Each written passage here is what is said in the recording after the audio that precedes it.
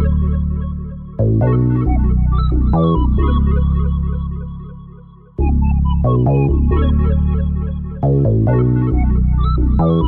to know what it is Quick is trying to say. And welcome everybody to a special edition of the Four Tales podcast. I'm your host, Kyrun Silva from Taurus Comics. I am here with my co-host, the comic king of TikTok, the sharpest blade there is, the ace of Kickstarter, Danny J. Quick. And like I mentioned, we are here for a special episode. I know we normally do every other week, but we were very excited to be with these two gentlemen here. We wanted to make sure that we gave all the time that we could to talk about their book and their projects. And we said, you know, we can't wait for next year when we had some time. We want to do this now. So this is a one-time, well, maybe not one time. And we'll probably do this again some other time, but a special show with the kids from Fivestar. But, you know, I'm sorry. I guess I'm jumping too quickly because Danny's up here side-eyeing me. How you doing, by the way, Danny? Oh no, I'm doing good. I don't know where all those other names came from, but I already know. Kyrun said this was going to be a bi-weekly podcast, but this is what the second or third show that he's scheduled in between episodes. So I already expected that. I just know I just know how the man does. It's going to be a weekly podcast eventually. I can't help it. There's too many creators out there that want to be on our show and that I want to talk to, honestly. And there's not enough weeks in each month for us to be bi-weekly, but I know you're busy, man. So I'm going to try to keep it as bi-weekly as possible. Okay. We'll see. But yes, welcome to the show.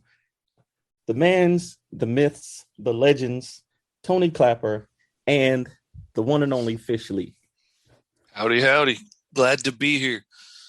And I'm excited to be on here. I've been waiting forward to this. I've been looking excited, waiting. I've been up early this morning. How early is early? Well, for me, it's real early for y'all. Like where my time zone is, I got up at like 6:30 this morning and it's 9 o'clock now. So I've just been chilling and drinking my coffee and reading comic books and waiting. But, you know. Well, since you've been reading comics, let's start off with that real quick. Okay. We do have a weekly series or bi-weekly Hello, series. by the way. I didn't get to say hi. Hello, Tony. Right, How have you been? That was Tony. Long time since last night. Hello, it's good everyone. to see you. Hi. What's going on? Let's start off the show with talking about the books that we read this week. So, Tony, we're going to start with you since we didn't get to properly introduce you. What comics did you read this past week? This past week, I didn't read any comic books this week. All right, you got to go. It was nice talking to you, Tony. We'll see you some other time. We'll just stick with Fish. Look, guys. We'll have you back on the show when you're a real comics guy. Yeah. You know what? Here's another thing. Just with time and everything else, I haven't even watched one episode of Loki yet. All right. I haven't read a book. I haven't watched the episode of Loki. I'm a poser. That's what he's saying. I'm trying to balance. Life's about seasons.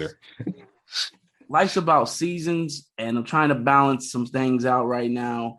But I did get to go see the Black Widow. I had a one-on-one date with my oldest daughter.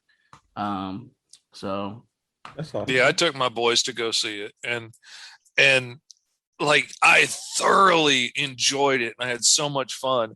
And then like on the ride home, me and my son, and he's a creator like me, he's going to be doing his own comic books one day. We love talking about stories and writing and like, how did they make us care about these characters and all this stuff. Like on the way home, we just sat there and wrote like 3 better storylines for it that would have been more impactful. But I enjoyed it. It was a fun trip back to the movies. Wasn't really worth the $100 I spent between tickets and popcorn and going to lunch for the 3 of us, but it was our first trip back to the movies. So, you know, that was fun. I think that's important. I think the experience is the important thing about going to the movies. Recently I watched Black Widow at home with the family on Disney Plus for $30. There's 6 of us. So anytime I go to the theater, I was like, I'm not paying $30. I'm going to go to the movies. I ended up spending $100. Yeah. That was I was like kicking myself on the ride home. I was kicking myself. Yeah, exactly. But the experience, but then also I just watched Space Jam yesterday, and my kids weren't as into it as I was, so they were just talking and all over the place. And I was like, I wish I would have went to the theater, just either me and my wife or me and my son who was watching it, would have went to the theater to see that one.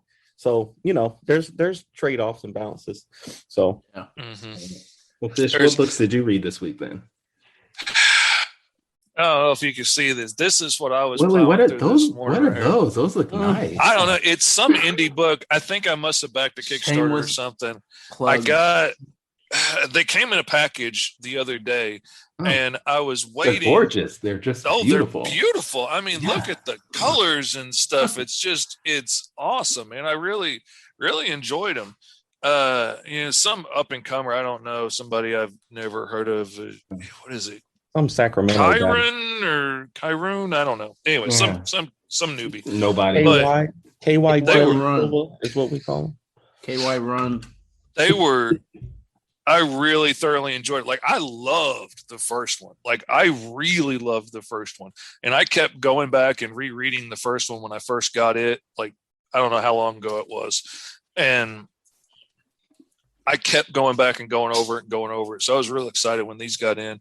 I was going to film it for a TikTok, but I was like, if I keep waiting around to do that, I'm not going to end up getting them ready anytime soon.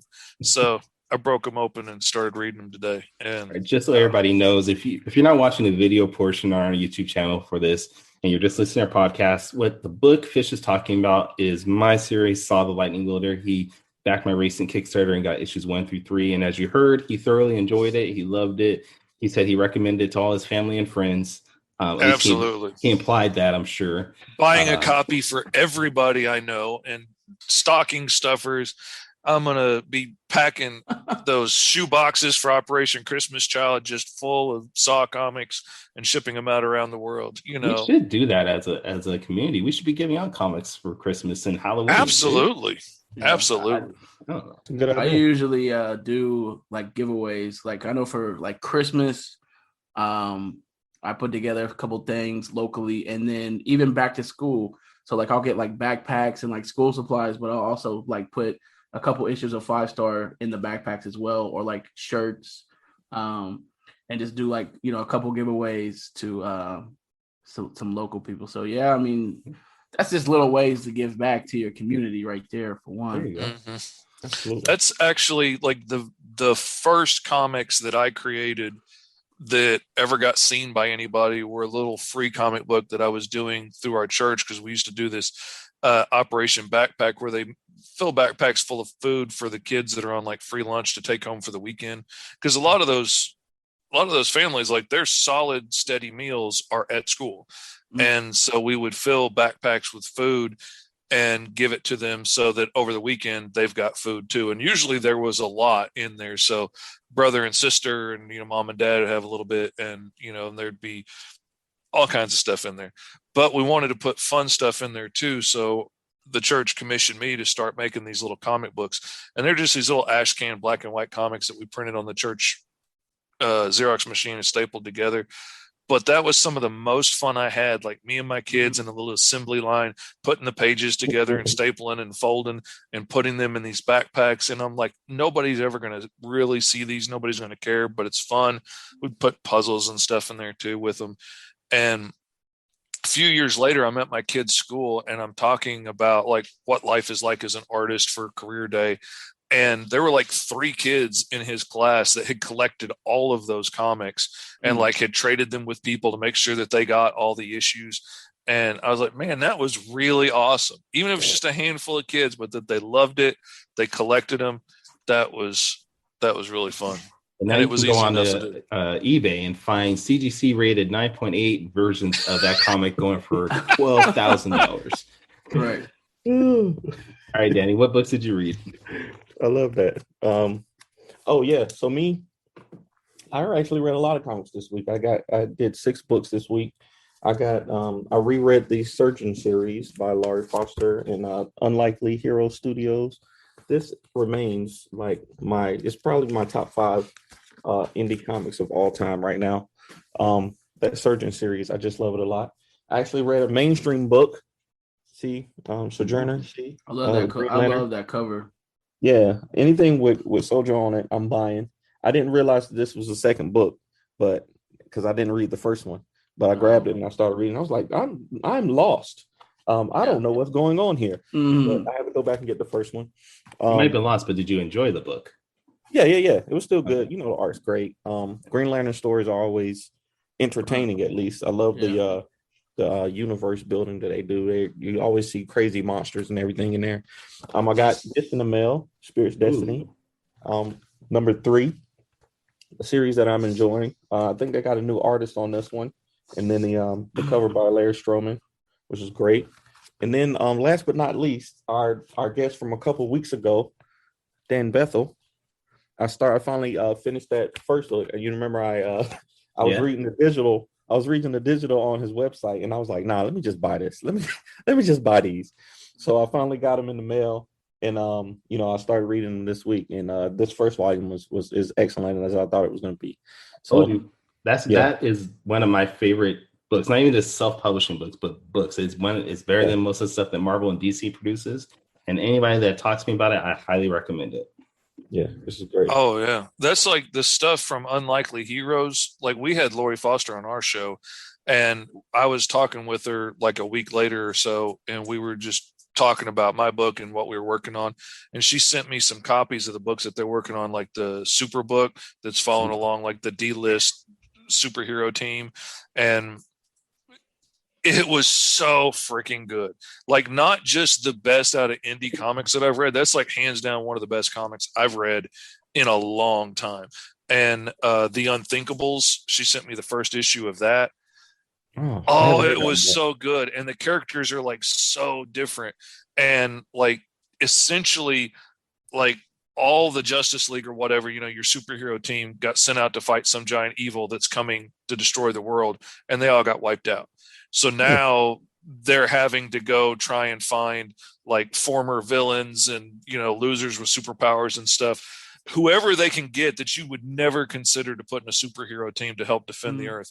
And it was so much fun. And like, it was like they stretched out to all the different aspects of the comic book world. And you had all kinds of different genres of characters, and some are a little goofy and some are a little more serious. And, it was so much fun. I absolutely loved it. I cannot say enough nice things. I need to check that one out. I think that's one of the only ones from the Unlikely Hero Studios that I haven't read.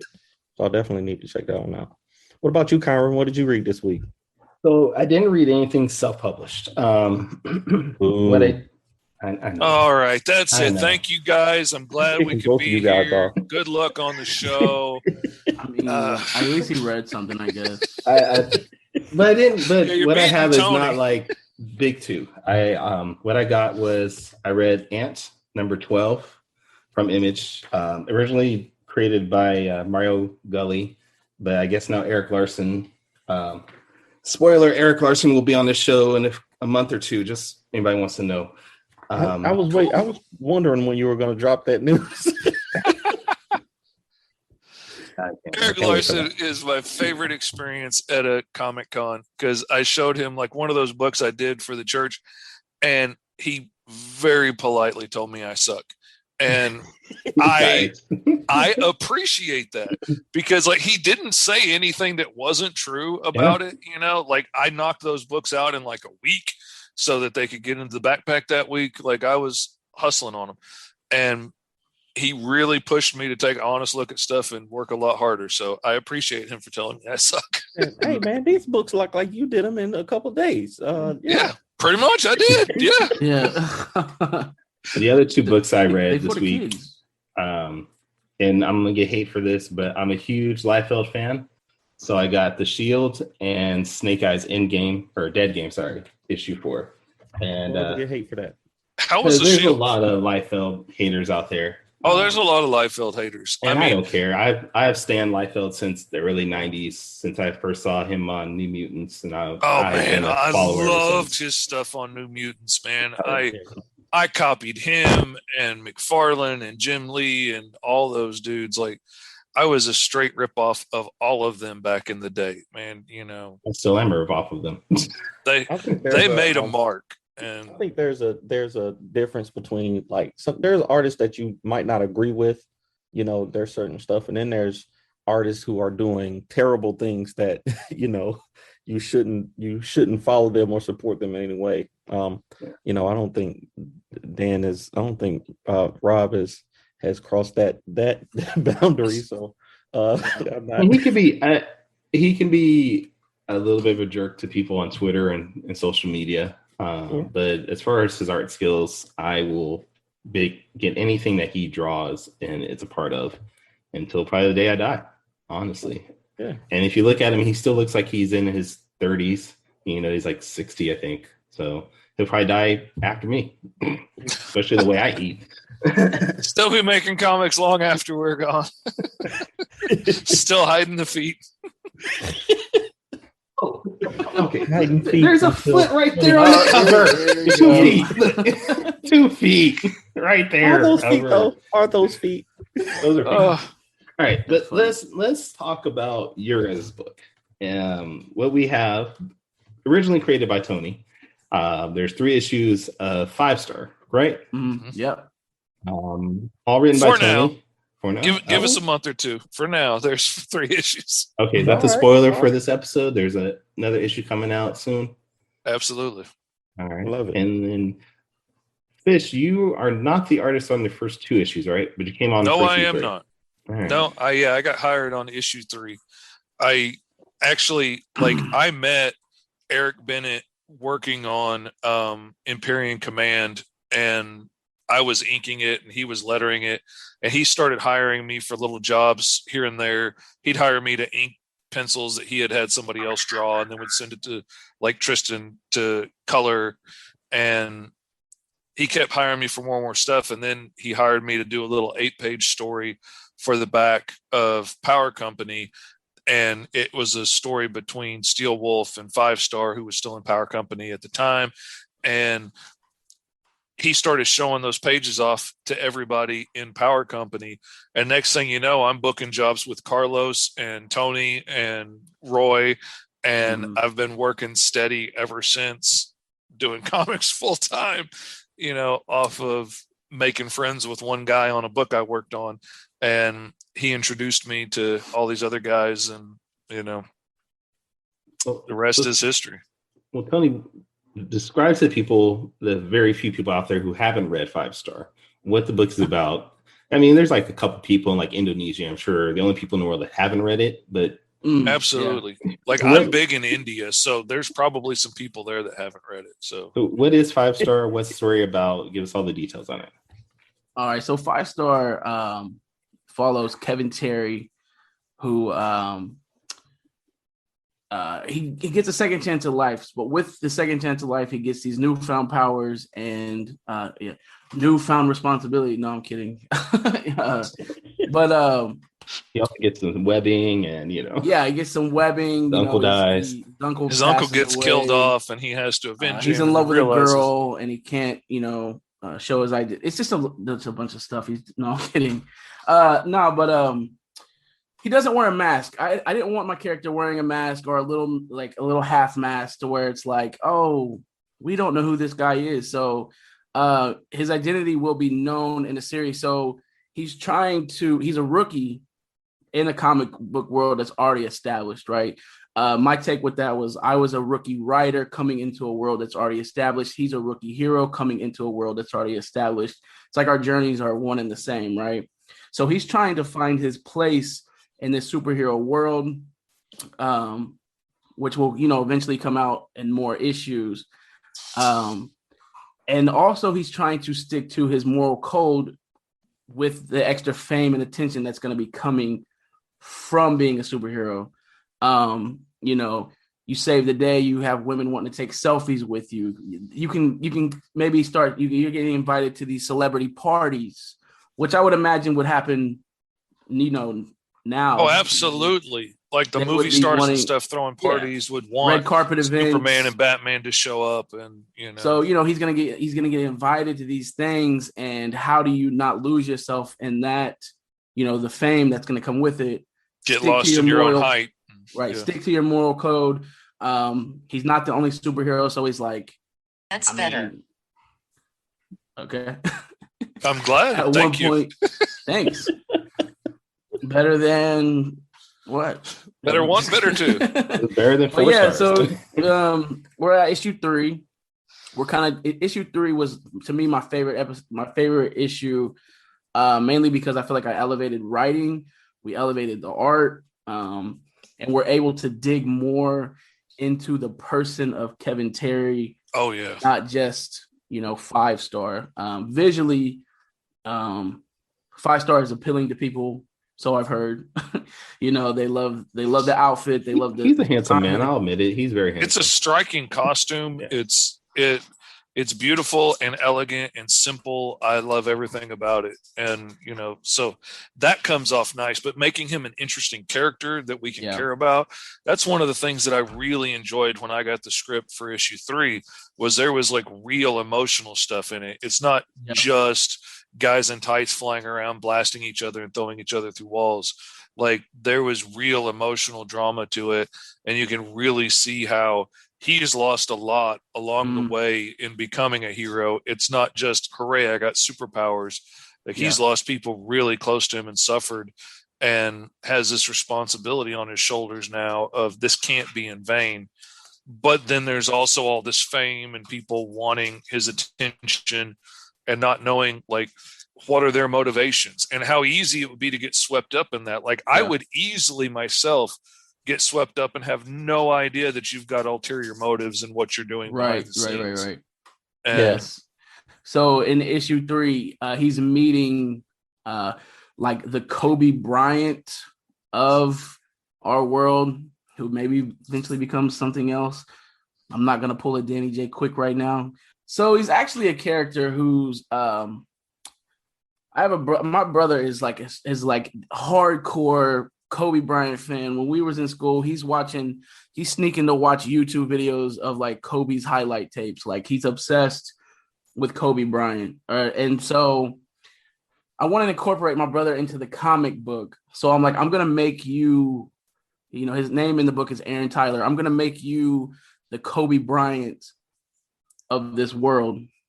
But when you've reached is that the fashion icon guy?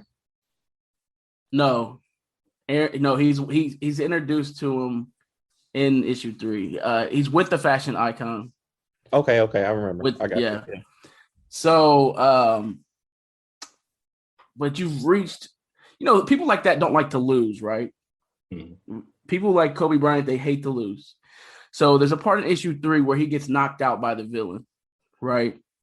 I'll give a little spoiler for issue 4 right here, right now, because I'm with Danny J. Quick. It wouldn't be right not to give a spoiler. Let's do it. Issue 4, Fivestar helps him up at a part in the book, and he's like, he's upset. Like, I don't take L's, and I guarantee it won't happen again. So that implies, like, okay, what's he got? So he eventually is going to become another hero in our universe.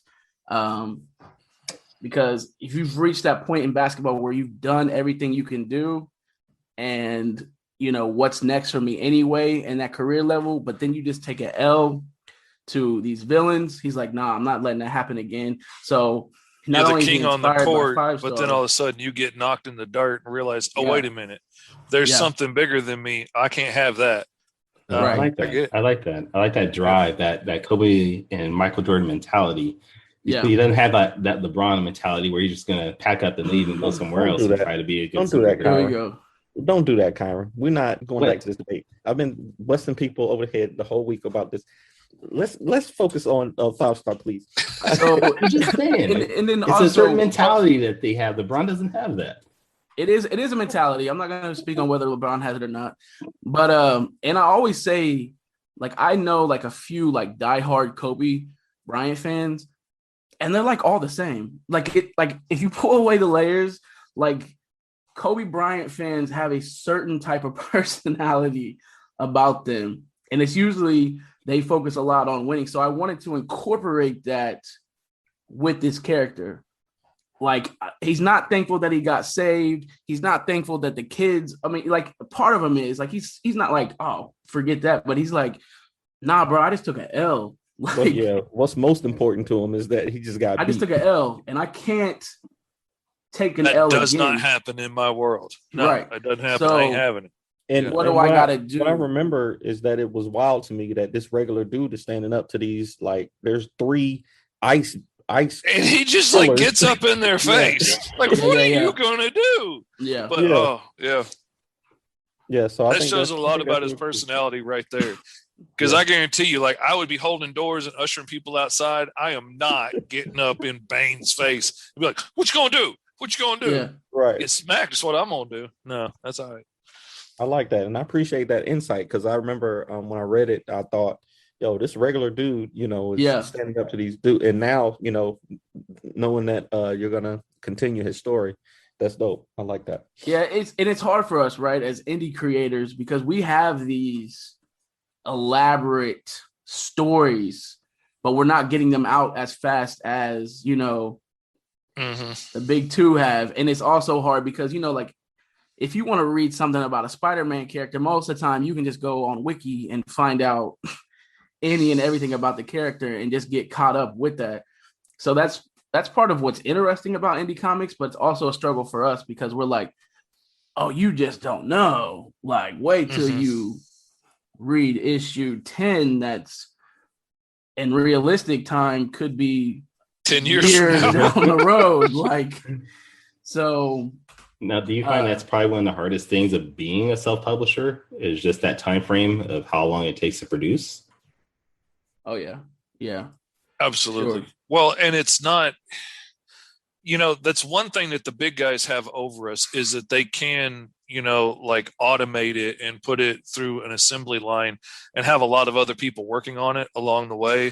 So one guy could just be sitting there writing out plots all day, which get handed to the artists that pencil out pages and hand them off to inkers who hand them off to letterers and colorists and all this stuff. And you have a whole lot of people working on it, so you can get stuff out a whole lot faster. When you're the only person writing the script and, and doing it in a vacuum, you don't have a whole editorial staff around you in the offices that you can bounce ideas off of or be like, oh, you know what would be great? Why don't you have this guy come in from the side? Right. Oh, that's a great idea. And, and like, I'm fast and I'm a one-stop shop, which a lot of guys in the indie world, like he does pencils and you do inks or something like that. Like I do the whole 9 yards and I'm fast, but still there's only so much I can get done, in so much time. And then I'm working on other books. And when you're doing small indie books, it takes a while to get the funding together to, pay for the work to get done. It takes time to write it. I totally understand why some people get like a book out a year. I'm really impressed with the way Roy Johnson has his stuff together and planned out, and the way he's working out his Kickstarters and stuff. Like he paid for the first book out of pocket, and then the Kickstarter for that book, the book's finished before it goes to Kickstarter. The money from that Kickstarter directly goes to pay the artist for the next book. And when it gets done and goes to Kickstarter, that money pays me for the next book. And so he's knocking out like 4 books a year that way, where a lot of guys are lucky to get one. Right. And that's smart. That keeps them out. And the way he does it, you're going to get your book quick. Because like I've backed Kickstarters, we've all backed Kickstarters, and then you're waiting a year and there's been slowdown after slowdown, and well, my inker quit. And like I'm constantly getting updates like, well, our inker quit and walked away, so I got to find somebody else that'll do it for this price or this, that, or the other. And it's a tough business, and it makes things run slow, and that's hard to keep that motivation. It's hard to keep people excited about it. Like, I just read the 3rd issue of Saw. I'm dying to know what happens in issue 4. Me too. And I know I'm not going to get it next month. I don't just have to wait 4 weeks for it. Like I got to wait a minute to see what happens and, see who this. I also think with the big 2 though, that contributes to their lack of storytelling too, because right now, if you notice in the big 2, you're seeing a lot of reboots. You're seeing a lot of things that they're trying to redo. And I think that's because they've told a lot of their stories with these characters. So now that's why I think now you're seeing more people who want to read the indie stuff, because you can't figure out everything. Like, that's the mystery. You know what I mean? Like, you have to wait. There is no spoilers for it because it's not out yet. Mm-hmm. You know, there's a handful of people that have seen it. So that's what's interesting for us, because we have the luxury, if we're on our game, to really reel people in and have them wait, and like waiting and wanting to know what happens, instead of most Marvel stories. You can read another story and probably understand the outcome of what the current story is going to be, or how it's going to unfold, or have like, oh, I bet they bring in this character to be a part of this, or, oh, I bet they pull from that, and to where we have that like open slate. So yeah. I mean, I think also for me, at least when I read stuff from Marvel, particularly Marvel, is a lot of what they're doing now is to direct people towards the movies and TV shows, because they know that's where their money is. And it does confine the type of stories that they can tell, because they now have the, it's not necessarily that everything that Marvel produces on movie wise is canon, but that you can see that their stories are slowly edging towards whatever you see in the movies. And their business model is aimed at pushing you towards the movies, because the movies are going to make more profit. The movies are going to sell way more toys than the comic books are. Like, that's the drive behind it. And I understand it. They're a business and they want to make more money. And toy sales and movie sales are better money. But then you see them making, but you see them making decisions that aren't based on making the story better, but are based on, their movie decisions, like the whole killing off all the mutants thing because Fox had the rights to the X-Men and we're not going to get to profit off of that. So we're just going to make everybody Inhumans and move it over this direction instead. Like, it makes good financial sense for them to only be telling stories that they can reap the profit of down the road. But like, as a fan and as a reader, that wasn't a good decision. I didn't like it, but as a small independent publisher, we can really pay more attention to what's going to make our stories more interesting, what's going to be right for our characters, where is this going to lead really, and not have to worry about all that stuff. Like, it's not bad to think about things like, how hard would this be to do as a TV show? Like, my book I'm working on right now, one of the main characters is 8-foot tall lizard man. Like, that doesn't translate to an Amazon series very well. Like, that would be really expensive to do. And I know that going into it, but it's just too cool a story not to tell it that way. The story deserves to be told right. So if that means it doesn't get picked up as a TV show, okay, it doesn't get picked up as a TV show, but Danny, what was you gonna say? Even on our level, you said you were starting to say something like, even on our level. Oh yeah. So like merch and stuff like that. So I've found recently, like, y'all know I have Ace Blazers on Kickstarter right now, but is it? Are you sure? I think I heard that. Tell us more. I'm. What is this Ace Blade of which you speak? I'm not sure now. Maybe it's not, but no. Even on our level, like, there are people out there who would want to buy a Fivestar T-shirt or something like that. So my Ace Blade action figures, yeah, absolutely. My first 3 Kickstarter campaigns, Ace Blade didn't do. I couldn't get Ace Blade over $3,000 to save my life. The all the work that we were doing and all the writing and art and promos and all this stuff, I couldn't, for the life of me, get over that $3,300. And then when we did King Supreme last year, Wally told me, he was like, "Hey, we got to offer people more stuff than just the books, because the profit margins are very slim on the books." Yes. On the comics themselves, the profit margins are very slim. So we got to offer skate decks, and we got to offer T-shirts and hats, and we offer all of this stuff that we can make and we can deliver to people. And just if they want them, they'll buy them. If they don't want them, then thankfully we didn't order 100 of them that we have to, that are sitting here. So, I think it absolutely helps, the business part to have those things available for people, because there are definitely people who will buy them. Mm-hmm. Oh, it amazes me. Like every time I go look at somebody's Kickstarter and it's like, here's the $5 and the $10 and the $15 tier. And then here's the 50 and the 100 and the 150 and the 250. And it's like, you get down to like 150 and it's like, oh, there's only 3 left because 10 people have already taken it.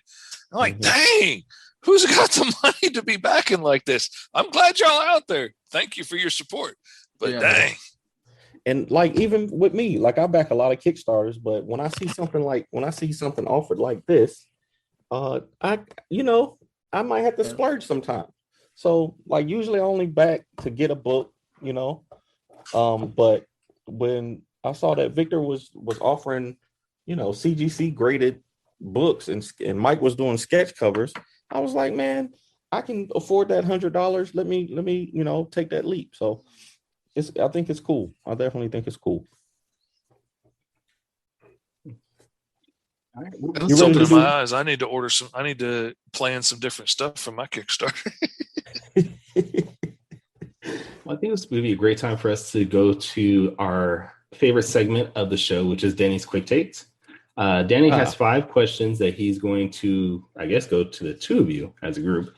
For each question, you're going to have 45 seconds to answer everything off the top of your head.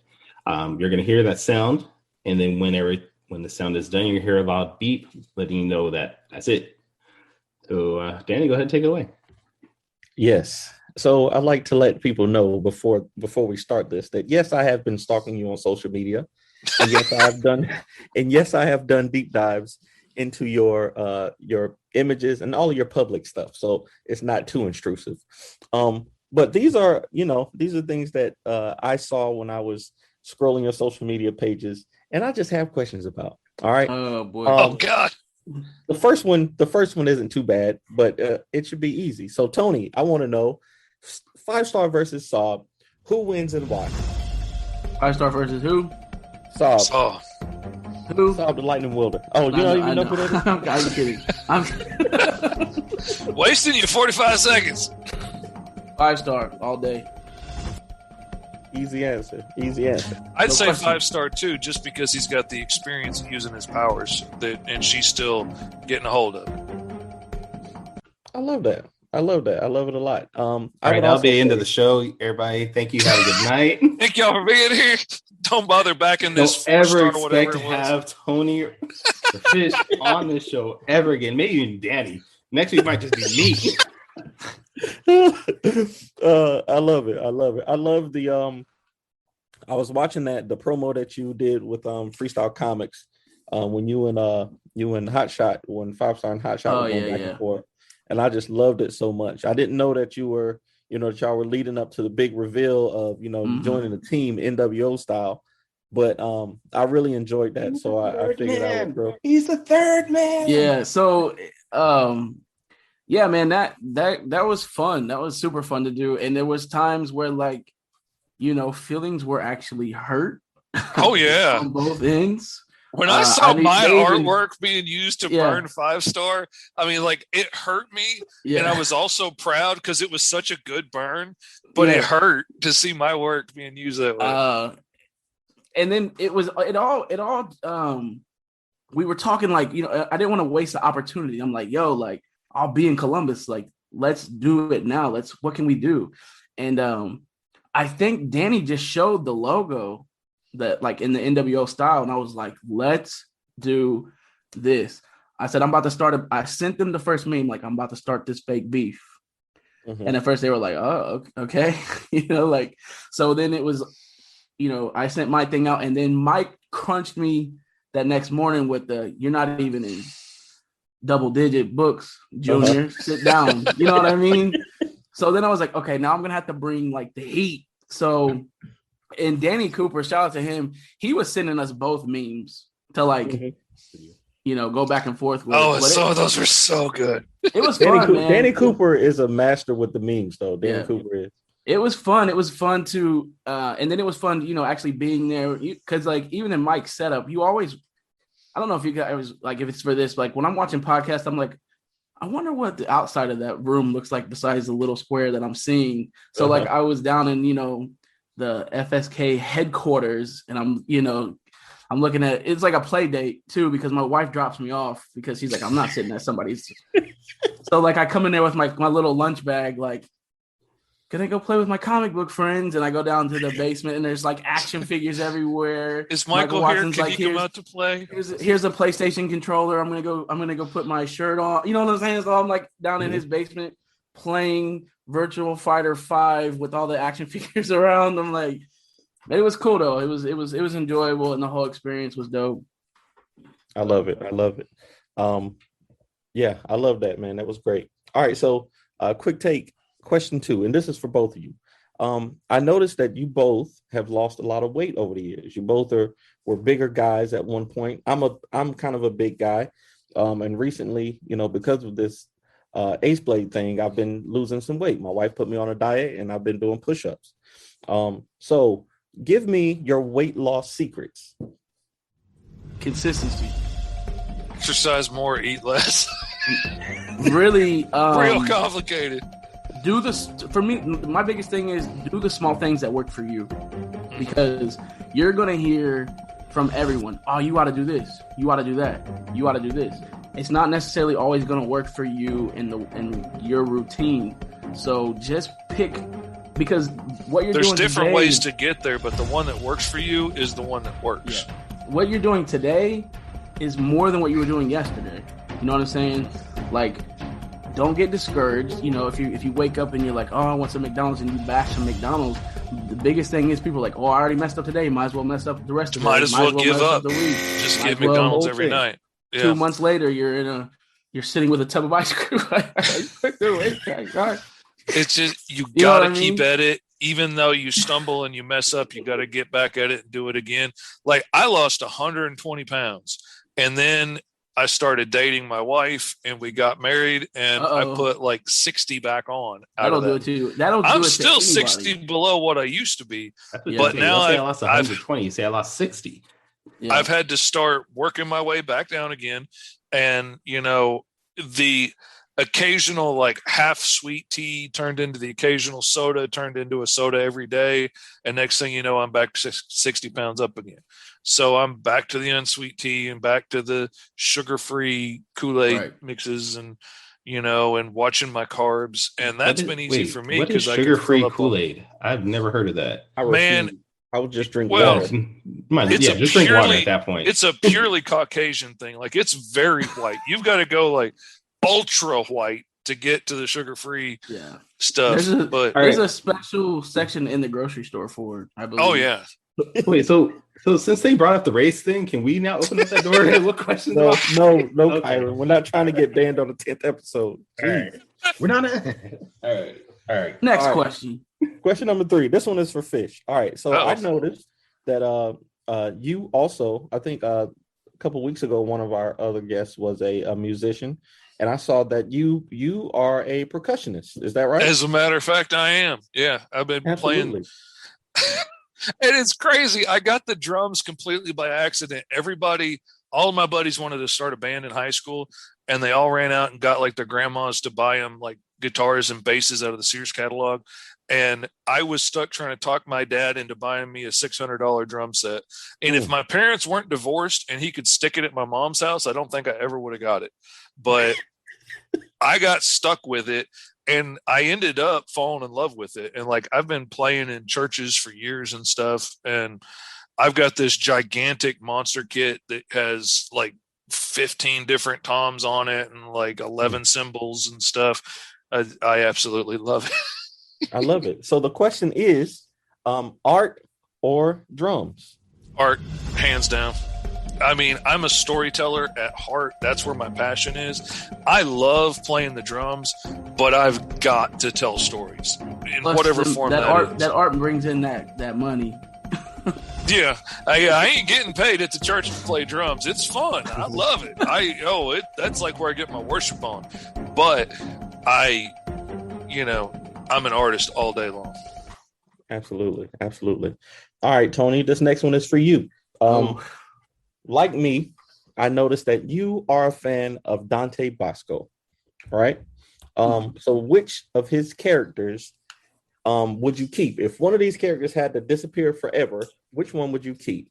Zuko or Rufio? Oh, I mean, I love both characters. Like, I'm actually I'm about to get tatted with both those characters. That's my passion for the characters. But like, you gotta go. I mean, I gotta keep Zuko. The storyline, hands down. Like, I don't see how that's even a question. But you know, as a kid, Rufio, I don't know. I don't know. He's not even. His story's not even that big. It's not even that. But I don't. It's something that was iconic for me at a time. But Zuko hands down. Zuko. That nostalgia kicks in for me with Rufio. Like, he didn't play. I mean, he was a secondary character in that Hook movie, but just his impact on the movie, and it was a lot. So I feel you on that. Plus, okay, I know it's quick. I know it's supposed to be quick, but you opened up a door, Danny, and I just got to comment on this real quick. Homie hold it down. Peter Pan went off and had a family and did all this thing. Rufio took the lead. Yeah. Took the lead. And then all of a sudden now y'all want to go back to Pan Man and you know what I mean? So yeah, there's that too. But we'll keep going. Quick. Next question. That could have been a whole series in itself. Yeah. All right. So you found a unicorn with Fish here. You found a unicorn, so an artist who is fast and is high quality, right? We know he's horny. Dang. Oh, I thought we were talking about we found a hypothetical unicorn. What would we do? No, I was like, I'd run. That thing's dangerous. I was thinking I was like, what?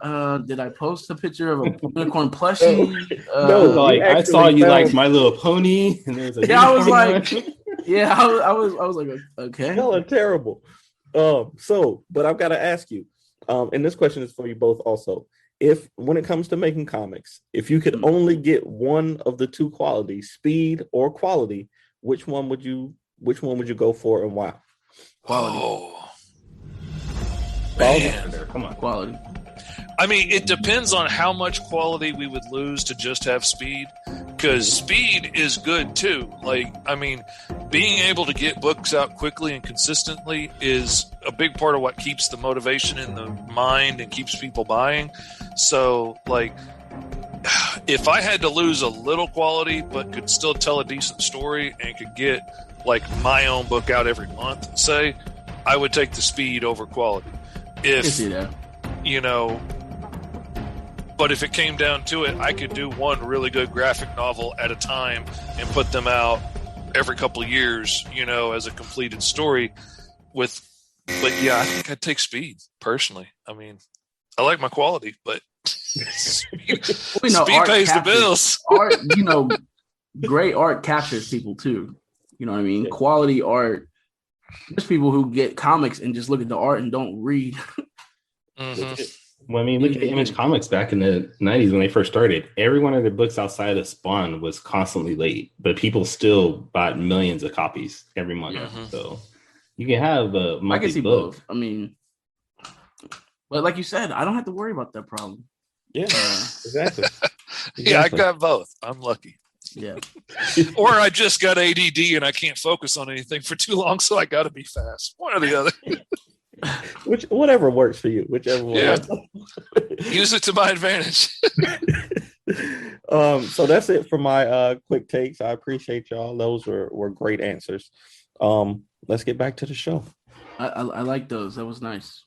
And now a word from our sponsor. And now back to the show. Well, since we were talking about quality work, I want to talk to Fish about a project that, at least on the outside, seems very important to you, and that's your books, Tourette's Life and T-Man. I can't remember the name. T-Man and Hyperstrike. Thank you.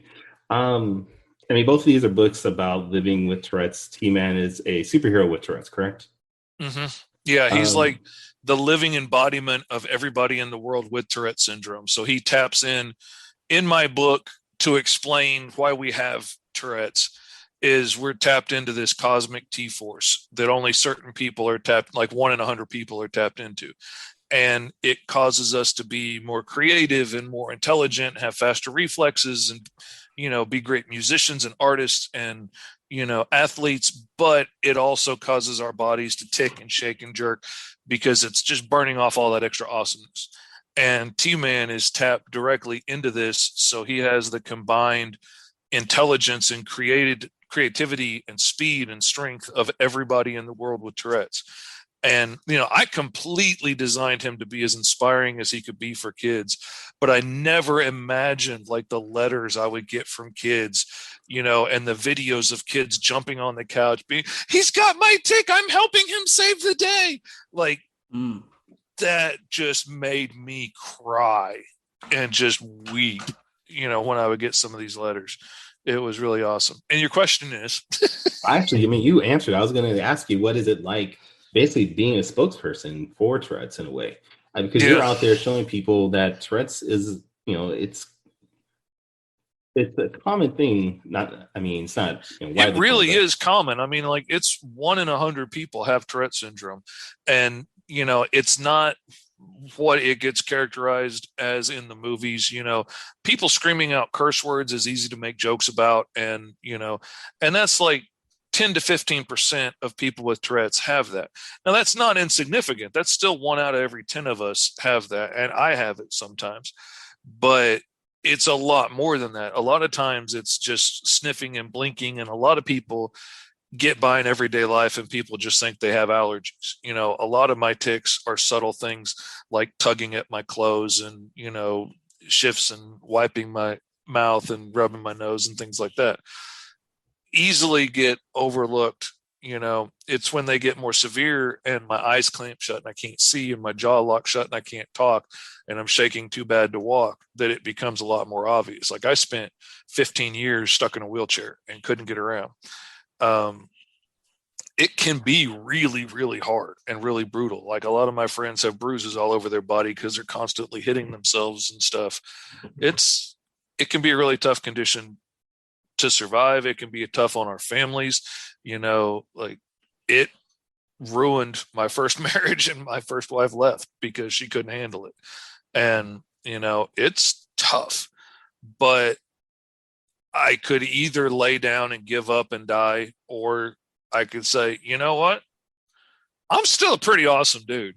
Even when I was stuck in my wheelchair, even when I couldn't speak, even when I've got, an abusive wife at the time that wouldn't feed me or anything because she was mad at me because we couldn't go somewhere because I was shaking too bad.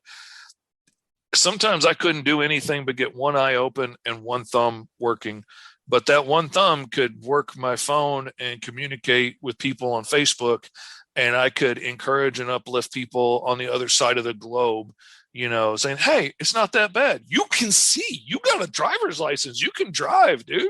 You got the world by the tail, man. Get out there and do it, and I'm just naturally a really positive person and I'm an encourager at heart. So it went really easily into that. And then I got crippled so badly by it for so long. I literally had nothing else to do but get on the internet and talk. Like a lot of days, I might not be able to speak for a week, but I could communicate online with people over Facebook. And so I spent that time encouraging people and trying to lift people up. And then once it did get a little bit better and I got a computer I could draw on, which would smooth out some of the shakiness in my hand, I started drawing cartoons about Tourette's life and just funny things that happened to me just to knock the edge off and encourage people. And that blew up. And, some of my cartoons have been shared like 800,000 times around the world now. And it's crazy when I still see like this cartoon I drew like 10 years ago show up as people's like profile picture and stuff. And I'm like, all right, look at that. But, have you ever reached out to any type of like Tourette's organizations to show them your work and be like, hey, you guys can maybe have these books or sell them to them? I've had a lot of different organizations around the world reach out to me. And they've asked permission and I've always given it, to reprint some of my cartoons, like in their newsletters or, things that they're doing. Some of the places like in Argentina and stuff have asked my permission to translate my cartoons, into Portuguese or Spanish or whatever, and share them with their people there. And I'm like, yeah, absolutely. Just as long as it's done well and, and it looks good, that's all I care about. I got to a point, I started the Tourette's Life cartoon as like a challenge to myself. I got to the point to where like I would have an hour a day, maybe, that I was steady enough that I could try and draw. And so I challenged myself to see if I could draw something every day. And Tourette Syndrome Awareness Month had come up. So I was like, okay, I'm going to draw something every day this month to try and encourage people, which evolved into my Tourette's Life cartoons, which evolved into a page. And then I had thousands of followers on that page. And so I'm constantly putting out these cartoons, trying to keep up, with this thing that I had started. And I'm always encouraging people, and I'm always telling people you can chase your dreams and don't let Tourette's stop you. You might have to do things a little differently. Like I have to work from a recliner because I can't sit up in an office chair for very long, because after about an hour sitting up in an office chair, I'm shaking so bad I can't see, but I can lay back in my recliner and work for hours. And it's hard to find a job at the store that you can do. Like Walmart won't let me work in a recliner, but I can draw comic books in my recliner. And, I've had to learn to work around things, but I was sitting here encouraging people that they could chase their dreams. And I wasn't really chasing my dream. I was doing, a funny cartoon, and I'm a funny guy. Like I can crack jokes all day long. I cracked a joke last night that had me laughing for like 6 hours, like can't breathe, crying. Like, I sucked my wife's hair down my throat at one time, hyperventilating because I was laughing so hard in bed. I couldn't get to sleep last night. I was laughing so hard. I can be funny, but trying to be funny on command, trying to sit down. Okay, now we make a joke. That is hard. Like that is the hardest thing I've ever had to do. I can tell stories all day long. You want me to make up a brand new character right now and give him a deep backstory and a tragic history? No problem. Let's do it. Trying to write a joke on command is nearly impossible for me. So I was doing this funny comic strip, but I wasn't telling the stories that I wanted to tell. And I'm telling all these kids, you can do whatever you want to do and you can chase your dreams, but I wasn't chasing my dream. And so finally I was like, okay, I love you guys. I got to drop the cartoons because I need to tell stories. I need to tell my stories. And the first one was T-Man and Hyperstrike, and that did great. And for an indie book, I did really good. Like I sold 400 copies that first year without really even trying, just between the Kickstarter and between people coming across my page and ordering and stuff. And occasionally making a post like, oh, I'm shipping out comics today. I get 10 more sales, and it did really well organically. I know a lot of indie books are lucky if they sell 100 copies, so I'm really glad that it did as well as it did. And then I got so busy doing other people's comic books, I haven't been able to go back and do the next issue of T-Man. But, like I said, my ex left, and suddenly I'm disabled and on my own and have to figure out a way how to keep the lights on and keep my kids fed on my own. And luckily it hit all at the same time that people like Tony are needing books done, and Roy's needing Sentinels books done, and the power company needs to get done. And all of a sudden I'm working in my dream job that I've always wanted to work in, and paying the bills and paying the rent, keeping the lights on and buying groceries, drawing comic books. And I always thought, like, if I had to draw other people's stories, it would be a cop out. Like, yeah, I would draw Spider-Man if they're going to pay me money, but I'd rather do my own stories. It turns out, like, I love Fivestar and Steel Wolf, like, every bit as much as if they were my characters, and some of these books I've gotten to work on, like the Sentinels, is just as much my baby as it is Roy's. Like, I've been able to add so much little things into the character development and the emotion and defining the looks of these characters and stuff that I love these books. I would be perfectly happy working forever on other people's books if I never told one of my own stories. But I got a couple of good stories that I think I need to get out there, just because I think the readers deserve to get to see it, and the story deserves to get told on its own. And so I feel like sometimes I've let go of my Tourette's advocate aspect a little bit, because it's not my number one focus all day long anymore. But my Tourette's is also doing a lot better now. So it's not the number one thing on my life all the time. I'm not constantly thinking about, well, am I going to get something to eat for lunch, or am I going to be able to make it to the bathroom? Which am I going to choose? Like, I can get up and make my own lunch. I can get up and go to the bathroom. I can drive again. I can do all kinds of stuff I couldn't do for years. But, I still try and be positive. I still try and be encouraging and uplifting. But I also got to stay busy keeping the lights on, making comics. Definitely got to do that.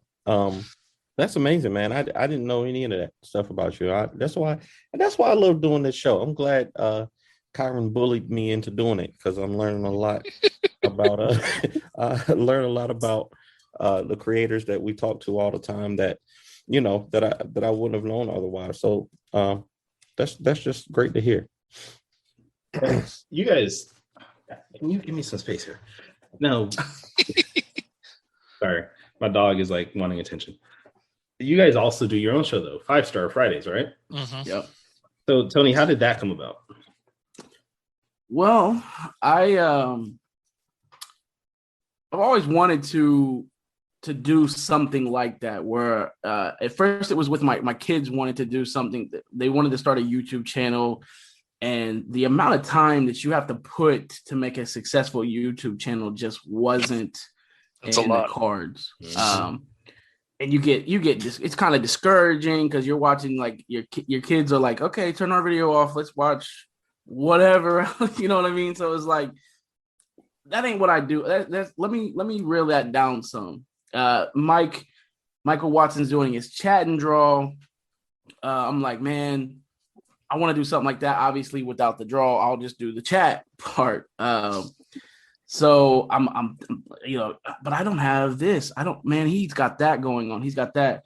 And my biggest thing was like, just do it. Just start it. Just start. So I set up my cell phone. I get a little light. I'm like, how can I tie it to my comic books? The name Fivestar Fridays pops in. I'm like, that'll work just fine. I didn't really think about having to commit every Friday. That's why you start bi-weekly, and then if you got extra time, you throw another episode here and there. So I didn't think about that with the name at first. Like, Friday night, you usually want to do something, but it's cool. Fivestar Thursdays doesn't have the same ring. Doesn't have the same ring to it. So I'm like, you know what? So I started with just my cell phone. I'm in my dingy little basement.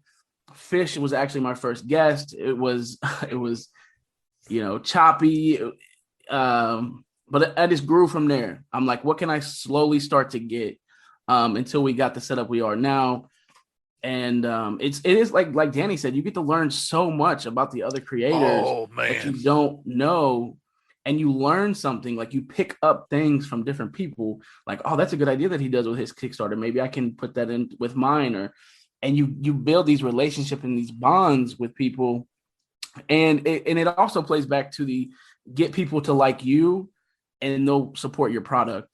So now I'm in the limelight. I'm in front of people. They're getting to know Tony Klapper, the creator. So now it's like, man, I like Tony Klapper. I like what he does. He supports other people. Now, when he comes out with a book, I'll support anything Tony Klapper comes out with, because he supports other people. He and it's like, it's a genuine thing too. It's not like, let me support this person for I can get supported. It's more like the stuff that you learn. He had me on his show. I'll put $5 on his Kickstarter. Yeah. Like, we're actually making friends with people, and that's a really cool thing. Like after the show last week, and everybody got off, Tony got off, me and one of the guests sat there talking for like 30 minutes afterwards, just talking up a storm, having a big time. and and like I've made some really good friends with people that like I said, I was talking with Lori Foster like weeks after the show, and she sent me copies of those books to read, and like they are hands down some of the best books I've read. And like I'm really excited for her. I'm excited for every bit of news I see of what she's doing. I'm invested in her as a friend now, and I want to see her succeed and see everything she touches succeed. So you start to build, that, and then shout out to Michael Watson again. Like, I hit up Fish. I'm like, and I even Danny J Quick. I'm like, what programs do you use for certain things? Fish, I'm gonna get a new laptop set up. What laptop should I? And you have so much support from people. And then Michael Watson's like, one day he just sends me all these logos. Like, I seen your StreamYard was a little bare. Here's a 5-Star Friday logo. Here's a banner. Here's all this, and just completely helped me out with that. So I was able to, by the 10th episode, that's not a lot of time. I mean, 10 weeks, was able to go from strictly Facebook Live, adding people in through my cell phone, to complete backdrop, professional equipment, and the professional look from StreamYard. So it's all about just starting and growing and trying to slowly build to that next level. And then I'm like, I want to have somebody else on the show. And me and Fish, we were working together on 5-Star. He was already at that point on a couple episodes. So I reached out to him like, you want to co-host with me? It'll be fun. And it's kind of like Danny. I was like, he just hits me out of the blue and is like, hey, do you want to do it? Like, being on the show is one thing. I can invest a Friday night to help out, maybe get some more views on our work, and anything to get the name out there, get more views. Maybe somebody's going to see my work and say, hey, I want to commission him for a book. Okay, cool. And then he's like, hey, do you want to come on every Friday and invest in this and be a co-host? And I was like, damn, Tony. I said, talk to your wife. But sounds like Danny and me right now. Because that's the thing. Like, I had to ask my wife, like, are you okay with me giving up every Friday night to do this? And she's like, hey, if it helps your work, absolutely. And I was like, you know what? I'm going to give this a shot. I mean, it's going to be extra work and, extra things to take out of my time. And I'm real careful. I live with Tourette's. I've got to be careful how much of myself I put out there, because if I put out too much today, I'm going to be stuck in bed tomorrow and can't walk. So like, I got to be careful. But it's like, let's do it. Let's give it a shot. And I have picked up so much from it. And like I said, made so many friends and so many connections, and, met really interesting people and learned a lot. And, I'm loving it.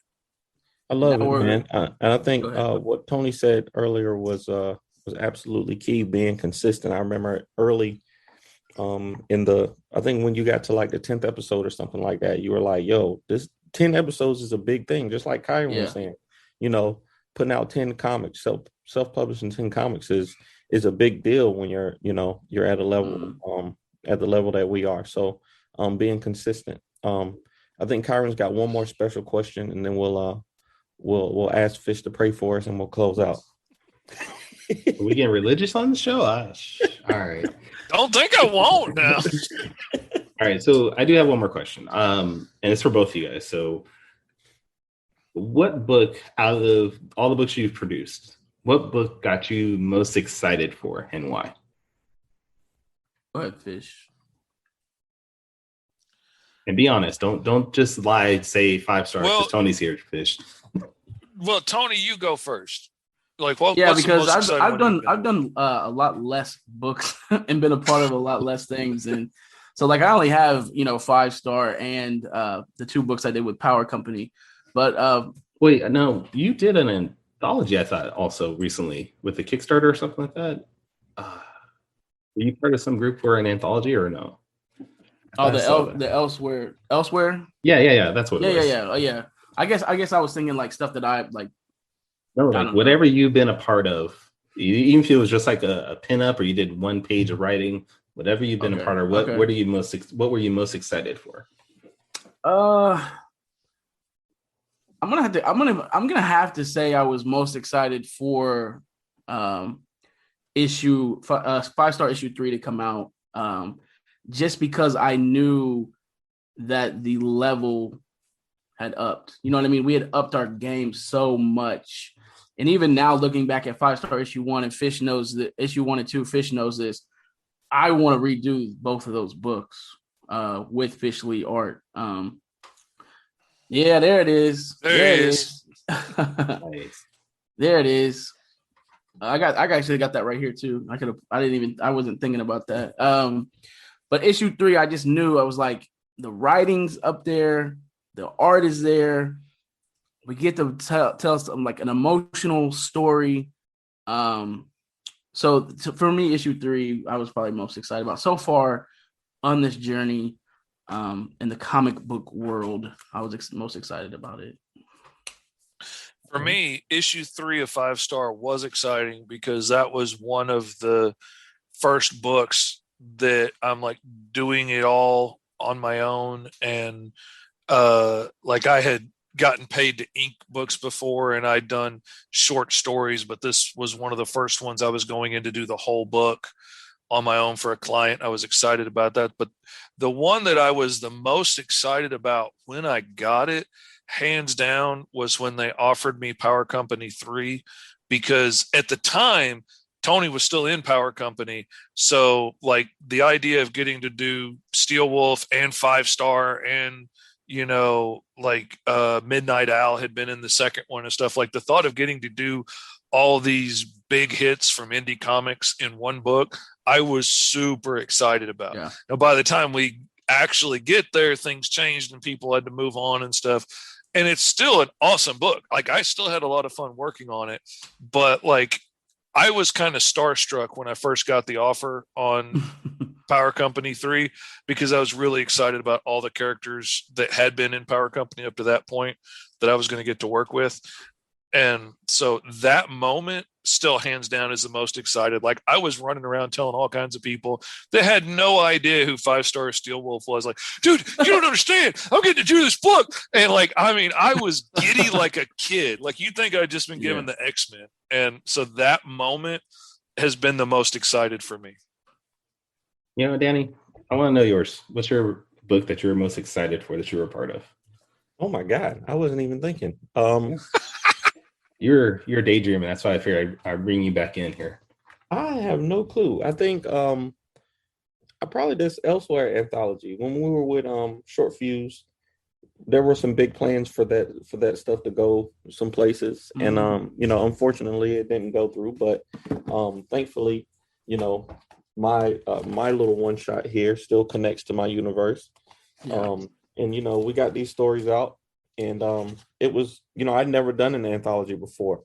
So I'd always wanted to know how they worked from the creator's side, and to be included in such a great looking book, I think it's really exciting.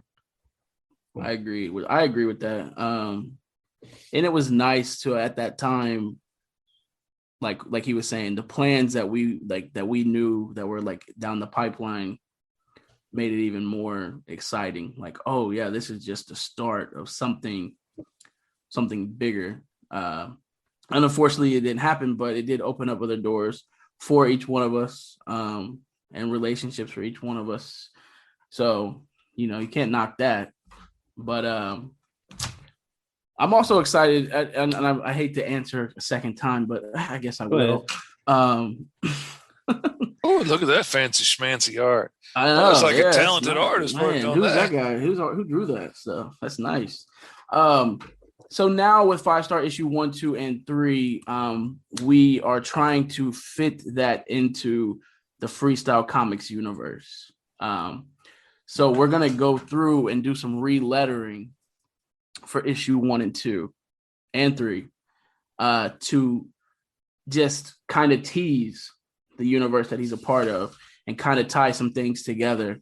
So that's exciting too, to be able to now open up Michael's toy box that he's got with all his characters, and think of how I can tie Fivestar to those characters, or in some way, shape, or form, to be blended into this universe, is exciting. And I'm looking forward to doing that. And hopefully after issue 4 Kickstarter, not only will we have issue 4 done, but we will reach a stretch goal to where we can have Fish redo the art in issue 1 and 2.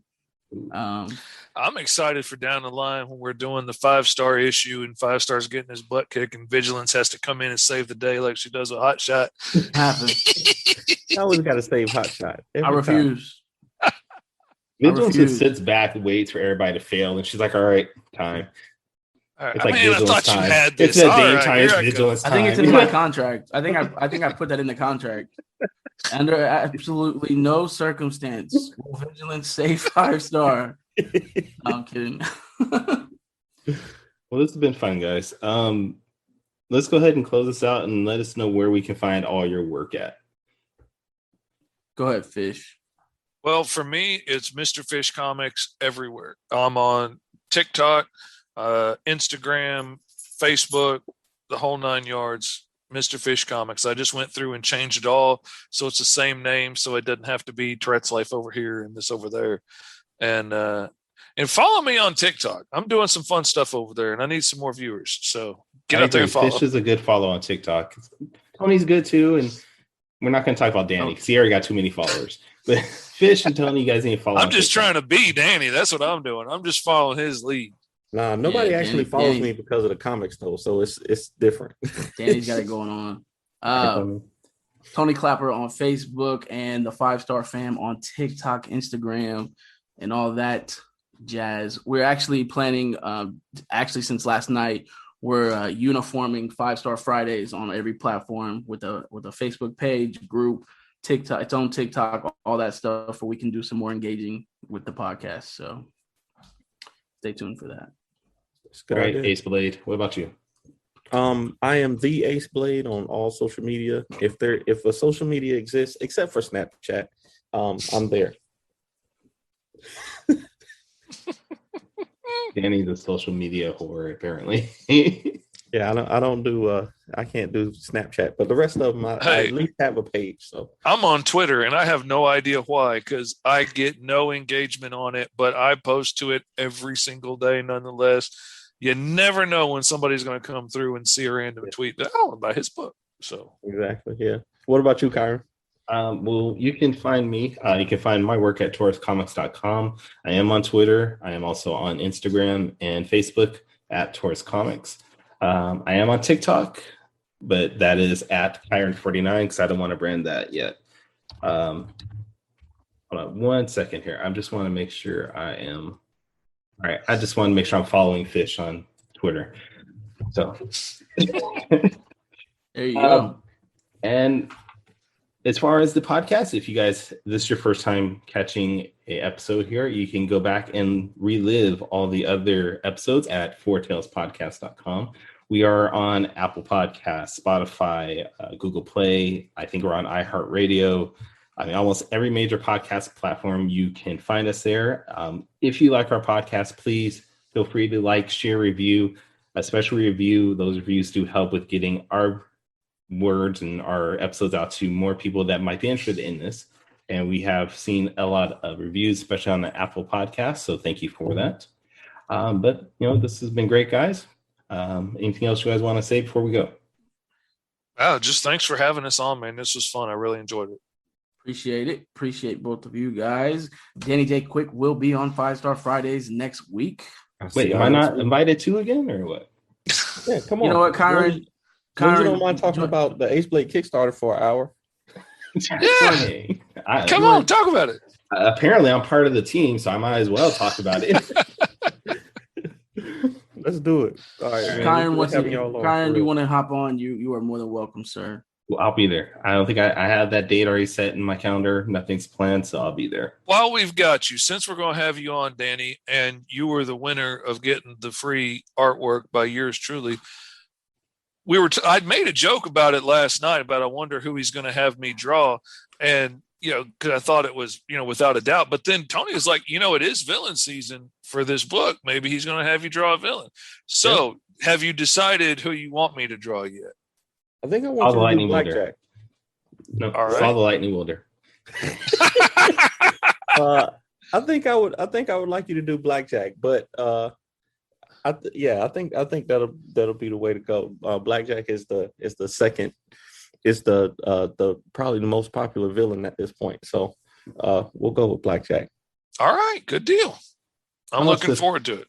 How much would it cost to throw Lunaria as like a versus type of thing with Blackjack? Ooh. I'll be on there too. I'm just saying. Oh, I mean, maybe Fish, you and I could talk about that later on Facebook. Absolutely. I mean, you can talk to Fish, but Fish is just gonna have to talk to his manager, which is me. So I love it. It's like I gotta get my cut, whatever it is, you know. If you do it on the show, I need my 2.5%. No.